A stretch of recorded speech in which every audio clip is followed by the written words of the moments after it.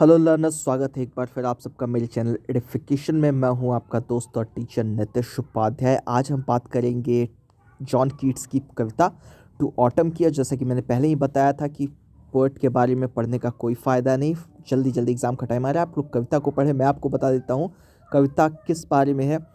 कविता 3 स्टैंज़ा में लिखा गया है और लिखी गई है, और इस कविता में बेसिकली इन तीनों स्टैंज़ाज में 3 अलग अलग चीज़ों का जिक्र है।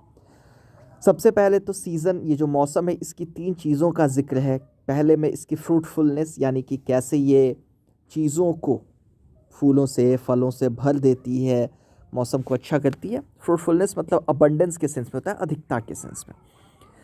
लेबर का सेकंड में जिक्र है, यानी कि जो मेहनत इससे जुड़ी होती है इस मौसम से, उसका जिक्र है। और थर्ड में इसकी अल्टीमेट डिक्लाइन का, कैसे ये मौसम ख़त्म होता है, क्या क्या चीज़ों के साथ। इन सभी स्टेंजा में एक तरीके से अर्ली ऑटम से मिड ऑटम और उसके बाद सर्दी के आने की घोषणा होती है। इस तरीके से ये कविता बढ़ती है और ख़त्म होती है। साथ साथ कहीं ना कहीं इसमें एक दिन के ढलने का भी है, कि वो दिन कैसे शुरू होता है, कैसे दोपहर में बदलता है और कैसे शाम ढलती है। जैसा कि आप लोग देखेंगे, एक ऑटम की सुबह, एक ऑटम की शाम, और फिर उस ऑटम की सुबह, ऑटम की दोपहर और ऑटम की शाम का जिक्र किया गया है। चलिए हम लोग देखते हैं इस कविता को लाइन बाय लाइन की क्या है। लिखते हैं, सीजन ऑफ मिस्ट्स एंड मेलो फ्रूटफुलनेस। मौसम कैसा है ये? मेलो, मधुर, फ्रूटफुलनेस यानी कि फलों फूलों से भरा हुआ, और मिस्ट्स का सीजन है, धुंध कहीं कहीं आपको हल्की फुल्की दिखती है।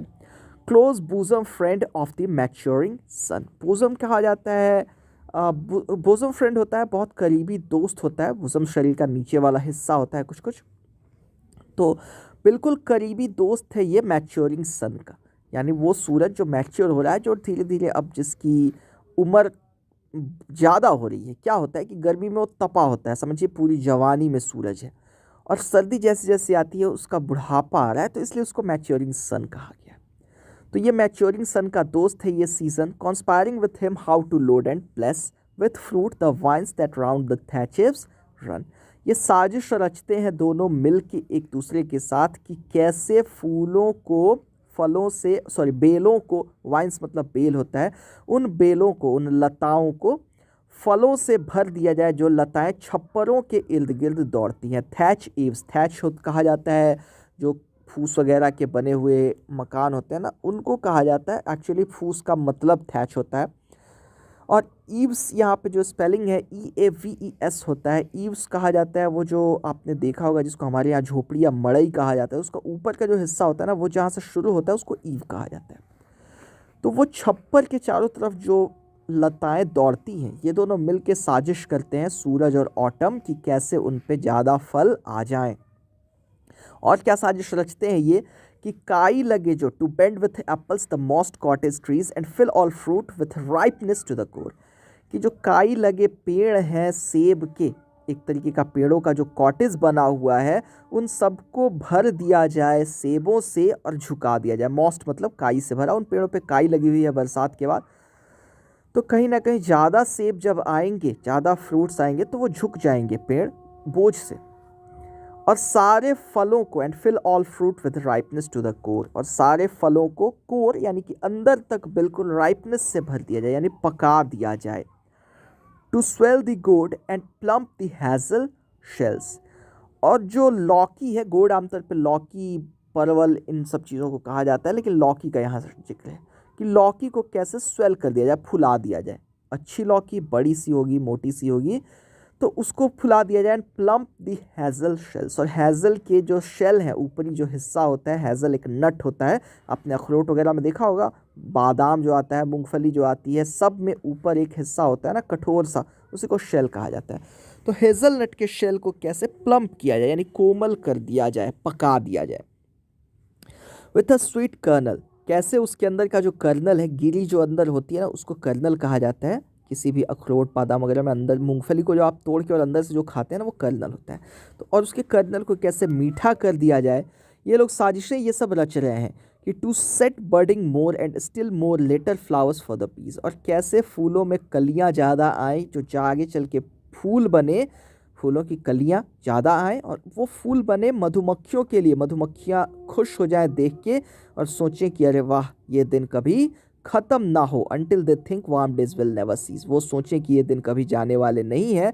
For summer has overwhelmed their clammy cells, क्योंकि इसी दिन से, इस गर्मी और इस ऑटम के बाद से उनका जो क्लैमी क्लैमी होता है, जो स्वीट स्वीट तो नहीं, जो वेट हो और कोल्ड हो थोड़ा, सेल सेल तो आपको पता ही है पिंजरा कहा जाता है, तो यहाँ उनके कोठरियों को कहा जाता है। मधुमक्खियों की कोठरियाँ क्या होती हैं? उनके छत्ता, तो उनका छत्ता शहद से भर गया है इस मौसम की वजह से। तो ये पहला स्टैंजा जो है, इसमें ये जिक्र करते हैं कि कैसे ऑटम ने और सूरज ने मिलके पेड़ों को फल फूल दिए हैं, मधुमक्खियों को मधु दिया है और फलों को पकाया है, फूलों से और कलियों से और फूल बने हैं। ये ऑटम में ये चीज़ें होती हैं। तो पहला स्टैंजा यहाँ ख़त्म होता है। एक तरीके का इस सेलिब्रेशन ऑफ ऑटम है। हालांकि ज़्यादातर ब्रिटिश लिटरेचर में ऑटम को डेथ के स्टार्ट के तौर पे देखा जाता है और उदासी से भरे मौसम के तौर पे देखा जाता है, लेकिन कीट्स ने यहाँ उसको फ्रूटफुल पीरियड के तौर पे दिखाया है, जब सब काफ़ी चीज़ें अच्छी अच्छी होती हैं। हालांकि आगे इन्होंने कुछ उसमें उदासी का जिक्र भी किया है। कहते हैं कि who hath not seen thee oft amid thy store, sometimes whoever seeks abroad may find thee sitting careless on a granny floor, thy hair soft lifted by the winnowing wind, or on a half-ribbed furrow sound asleep, drowsed with the fume of poppies, while thy hook spares the next swath and all its twined flowers। जरा देखिए ध्यान से, अब यहाँ ये किसी औरत की तरह तुलना कर रहे हैं, ऑटम को किसी औरत के तौर पे दिखाया, एक तरीके का पर्सोनिफिकेशन है। लिखते हैं, किसने तुम्हें नहीं देखा है अक्सर अपने स्टोर में, अपने भंडार गृह में। ऑफ्ट यहाँ ऑफन का मतलब है, और एक औरत की तरह है यहाँ पे इनके लिए ऑटम, जिसको सबने अपने भंडार घर में देखा ही देखा है। क्या मतलब है इसका? भंडार घर भर जाता है ना ऑटम में अनाज से, इसलिए कई बार समटाइम्स जो आपको बाहर खोज रहा है, ऑटम को जो बाहर ढूंढ रहा है। हूएवर सीक्स अब्रोड का मतलब यहाँ बाहर, घर के बाहर। मे फाइंड, वो हो सकता है तुमको पाए कहाँ, कि तुम बैठी हुई हो उसके अंदर, उसके घर के अंदर। Thee sitting careless on a granary floor, तुम बैठी हुई हो कहाँ?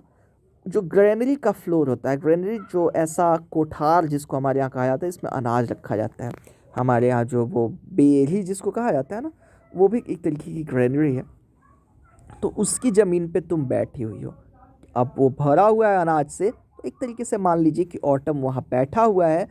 ताई hair soft lifted by the winnowing wind, तुम्हारे बाल उठे हुए हैं हवाओं से। विनोइंग वो हमारे यहाँ ओसौनी की जाती थी पहले, गेहूं को डाल के या धान को, और उसका भूसा निकाला जाता था सूप से हिला हिला के, तो उसको विनो करना कहा जाता है। विनोइंग विंड ऐसी हवा जो सब कुछ उड़ा ले जाती है, उठा के ले जाती है, बहा के।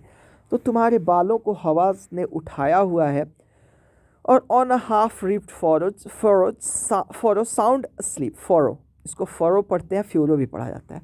या कहीं तुम आधे बोए हुए, फ्योरो वो जो क्यारियाँ होती हैं ना, जो कुदाल से बनाई जाती हैं, जिनमें अनाज डाला जाता है खेतों में, तो उस पर कहीं तुम सोई पड़ी हो। साउंड अस्लीप, मज़े से सोई हुई। Drowsed with the fume of poppies, तुम मदहोश हो पॉपी की गंध से। पॉपी एक तरीके की अफीम ही होती है, उसका पौधा, उसकी खुशबू से अक्सर नींद आने लगती है। व्हाइल दाई हुक, और तुम जबकि काट रही होती हो, और तुम्हारे काटने से, ये जो तुम्हारा हुक है, हंसिया जो है सिकल, वो स्पेयर्स द नेक्स्ट स्वाद and all it's twined flowers. वो चूँकि मदहोश है तो ढंग से काट नहीं पा रही है, कहीं ना कहीं घास छूट जाती है, और उस घास में जो फूल हैं, उस घास के चारों तरफ वो फूल छूट जाते हैं। And sometimes like a gleaner thou dost keep steady thy laden head across a brook, और तुम बढ़ती चलती हो किसी ग्लीनर की तरह। ग्लीनर जो फसल को बटोर के इकट्ठा करके ले जाते हैं, उनको कहा जाता है। तो किसी ग्लीनर की तरह तुम बटोर के ले जाती हो, स्टेडी अपने सिर को स्थिर करके। दाई लेडन हेड, लेडन मतलब बोझ से भर ढका हुआ, बोझ मतलब जिस पे है, तो तुम्हारा सर, तुम उस पर बोझ लाद के, जैसे बोझा लाद के हमारे यहाँ लोग चलते हैं ना, बिल्कुल स्थिर स्थिर कि गिर ना जाए, तो वैसे तुम जाती हो ब्रूक के पार। अक्रॉस अ ब्रूक को पार करती हो। ब्रूक एक छोटी सी नदी होती है। तो समझिए एक औरत है ये, जो खेतों से काट के ले जा रही है अनाज को, सिर को स्थिर रख के वो जाती है नदी के पार, नदी टप के जो हमारे यहाँ कहा जा सकता है। और बाई अ साइडर प्रेस, तुम गुजरती हो शायद साइडर प्रेस के पास से। साइडर एक तरीके का लिक्विड होता है जो विनेगर बनाने का काम आता है, कई बार उसको लोग पीते भी हैं। और साइडर प्रेस वो जगह जहाँ पे वो निकाली जाती है, जैसे हमारे यहाँ तेल निकालने वाला जो मिल होता है ना, उसी तरीके का साइडर मिल कह लीजिए। तो साइडर प्रेस के पास से तुम गुजरती हो विथ पेशेंट लुक, बड़े धैर्य भरे लुक के साथ, मतलब धैर्य के साथ गुजरती हो। Thou watchest the last oozing hours by hours, oozings hours by, और देखती रहती हो दिन को ढलते हुए धीरे धीरे। ऊज का मतलब ऐसे रिस रिस के बाहर आना, ब्लीड करने के सेंस में होता है। तो यहाँ पे दूसरे स्टैंजा में इन्होंने जिक्र किया है कि कैसे एक औरत है जो अलग अलग चीज़ों का मेहनत करती है, अलग अलग चीज़ों के लिए फसल को काटती है, कई बार बेचारी फसल को इकट्ठा करके ले जाती है, कई बार थक के खेत में सो जाती है, और वो है असल में ऑटम। ठीक है, अब लास्ट स्टैंजा में कहते हैं कि where are the songs of springs ay, where are they, think not of them, thou hast thy music too. कहते हैं कि कहाँ है गीत स्प्रिंग के, बसंत के गीत कहाँ हैं, लेकिन उनका मत सोचो, क्योंकि यहाँ भी तुम्हारा म्यूज़िक है। ऐसा नहीं है कि म्यूज़िक सिर्फ बसंत में होता है, म्यूज़िक ऑटम में भी होता है। While barred clouds bloom the soft dying day, कहीं ना कहीं जो बादल हैं ऊपर, जो बार्ड हैं, यानी उनका आना अब मना है, मौसम बीत गया उनके बरसने का, तो उनका आना मना है, लेकिन कहीं ना कहीं वो ब्लूम, कहीं ना कहीं वो खिले हुए हैं ऊपर आसमान में, और कुछ आवाज़ें कर रहे हैं। द सॉफ्ट डाइंग डे, वो जो दिन है जो धीरे धीरे ढल रहा है, उसको बताने के लिए कुछ आवाज़ें ऊपर से कर रहे हैं। And touch the stubble plains with rosy hue, और कहीं ना कहीं उन बादलों से एक गुलाबी रोशनी आती है जो नीचे खेतों पे आके गिरती है। और खेत कैसे हैं? स्टबल प्लेन्स, खेतों से फसल कट चुकी है और कहीं कहीं फसलों की खूंटियाँ निकली हुई हैं, तो उन पे एक गुलाबी रोशनी गिर रही है। Then in a wailful choir the small gnats माउड, नाट्स एक छोटे छोटे कीड़े होते हैं, कीड़े अब शाम होते होते ऑटम में लगते हैं चिल्लाने, मौर लगते हैं कि वो लगता है मातम मना रहे हैं। वेलफुल, मातम को भी को वेलिंग कहा जाता है। क्वायर लोगों का, बहुत से लोगों का एक गीत होता है जो सब मिल के गाते हैं, और मौन का मतलब होता है मातम मनाना। तो ये सब मिल के ऐसे शोर मचा रहे हैं जैसे ये रो रहे हों। Among the river sallows borne aloft or sinking as the light wind lives और डाइज।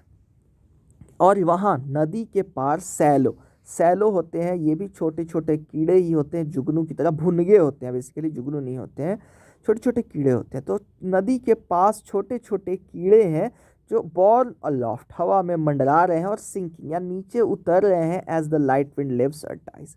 ये मौसम के हिसाब से, सॉरी, हवा के साथ साथ, हवा अगर उठ रही है तो ये तैर रहे हैं, और हवा अगर नहीं है तो ये बेचारे नीचे गिर रहे हैं।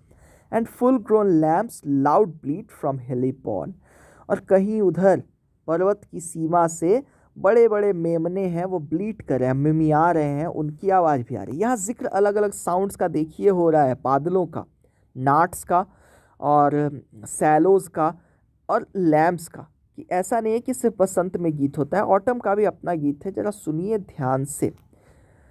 Haze cricket sing and now with treble soft the red breast whistles from a garden croft. Haze cricket भी, जो झिंगुर होते हैं झाड़ियों में मंडराने वाले, वो भी कहीं ना कहीं चीख रहे हैं, गीत गा रहे हैं। और वैसे ही जो रेड ब्रेस्ट चिड़िया होती है जिसकी छाती लाल होती है, वो भी सीटियाँ बजा रही है कहीं किसी बगीचे से। गार्डन क्रॉफ्ट वो छोटा सा गार्डन जो लोगों के घर में होता है, हमारे यहाँ जिसको याद ही नहीं आ रहा है मुझे क्या कहा जाता है। हमारे यहाँ एक छोटा सा गार्डन होता है, कोला, हमारे यहाँ भोजपुरी में उसको कोला या कोली कहा जाता था, जिसमें लोग अपने खाने पीने की चीज़ें उगाते हैं, एक आध गाय रख देते हैं जो खटाल होता है, तो उन्हीं सब चीज़ों को मिला के ये गार्डन क्रॉफ्ट होता है। तो वहीं पे कहीं किसी गार्डन क्रॉफ्ट से रेड ब्रेस्ट चिड़िया सीटियाँ बजा रही है। And gathering swallows Twitter in the sky, और जो स्वैलो चिड़िया है वो ला रही है अपना सामान, इसीलिए गैदरिंग कहा गया। वो कुछ कुछ सामान कीड़े मकोड़े अपने घोंसले में लेके ला रही है, और ट्विटर इन द स्काई, वो भी पेड़ों पे, सॉरी, आसमान में चहक रही है।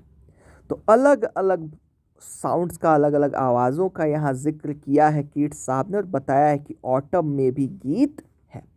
और इस तरीके से यह कविता ख़त्म हुई। इतनी ही है ये कविता, इसके आगे आपको कुछ जानने की ज़रूरत है नहीं। अगर आपने इतना समझ लिया ढंग से तो आपके फुल मार्क्स गारंटीड। तो मिलते हैं अगले किसी वीडियो में, तब तक के लिए stay safe, take care and keep learning.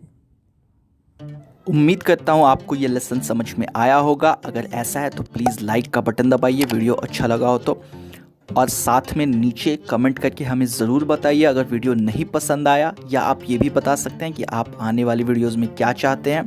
Share ज़रूर कीजिए अपने दोस्तों के साथ अगर पसंद आया हो, और सब्सक्राइब ज़रूर कीजिए हमारे चैनल को।